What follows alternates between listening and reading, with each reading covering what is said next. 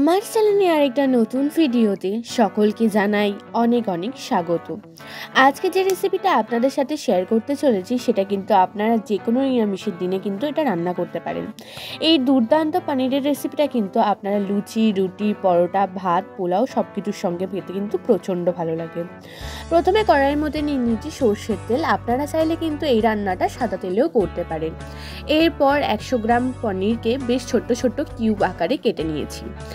এরপর সর্ষের তেলে বেশ হালকাভাবে ভেজে নেব, বেশি লাল লাল করে ভাজবো না। যখন একটু রঙটা ধরে যাবে তখনই কিন্তু আমরা পনিরগুলোকে নামিয়ে নেব। এরপর একটা মশলা তৈরি করে নিচ্ছি। তাতে রয়েছে টমেটো, কাঁচা লঙ্কা, আদা, 3-4টে কাজু বাদাম আর একটু দিয়েছি পোস্ত। এই সব কিছুকে আমি শিলনোড়াতে বেশ ভালো করে বেটে নিচ্ছি। এরপর সেই তেলের মধ্যে দিয়ে দিয়েছি ফোড়ন হিসাবে গরম মশলা, আর দিচ্ছি একটা তেজপাতা, আর দিচ্ছি জিরে। এই সব কিছু থেকে যখন সুন্দর একটা গন্ধ ছাড়বে তখন দিয়ে দেবো যে মশলাটা বেটে রেখেছিলাম সেই মশলাটা। এরপর মশলাটাকে দিয়ে বেশ ভালো করে একটু কষিয়ে নেব। এরপর এর মধ্যে দেব অল্প একটু হলুদ গুঁড়ো, আপনারা চাইলে কিন্তু নাও দিতে পারেন। এরপর দিয়ে দিচ্ছি অল্প একটু লঙ্কা গুঁড়ো, আপনারা চাইলে কিন্তু কাশ্মীরি লঙ্কার গুঁড়ো ব্যবহার করতে পারেন।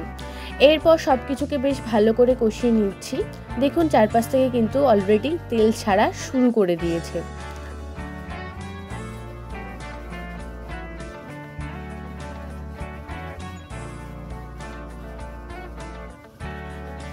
এরপর এর মধ্যে দিয়ে দেব অল্প করে একটু জিরে গুঁড়ো, আপনারা চাইলে কিন্তু জিরে গুঁড়ো স্কিপও করতে পারেন।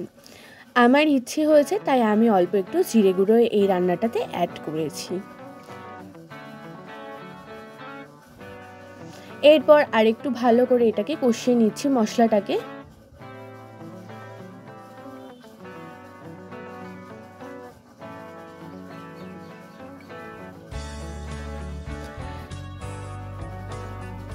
এরপর দিয়ে দিয়েছি পরিমাণ মতন লবণ, আর দিচ্ছি অল্প একটু চিনি।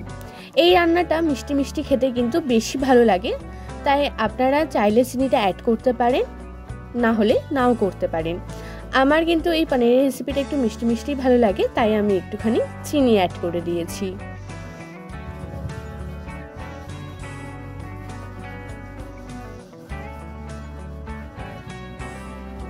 বেশ মশলাটা কিন্তু আমাদের কষে এসছে। এরপর দিয়ে দিয়েছি অল্প করে জল, বেশি জল দেব না, কারণ এটা একটু গ্রেভি গ্রেভি বেশি ভালো লাগে, তাই খুব একটা গ্রেভি আমি রাখবো না, অল্প একটু গ্রেভি রাখবো, তাই দিয়ে দেবো একদম অল্প করে জল।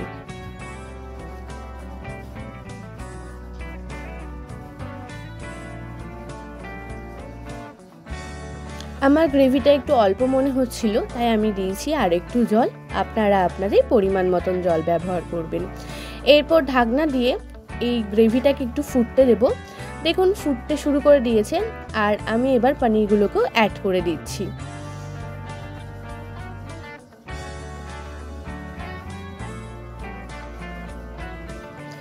আর দিয়ে দিচ্ছি ওপর থেকে গরম মশলা। ব্যাস রেডি আমাদের নিরামিষ দিনের সুস্বাদু পনির।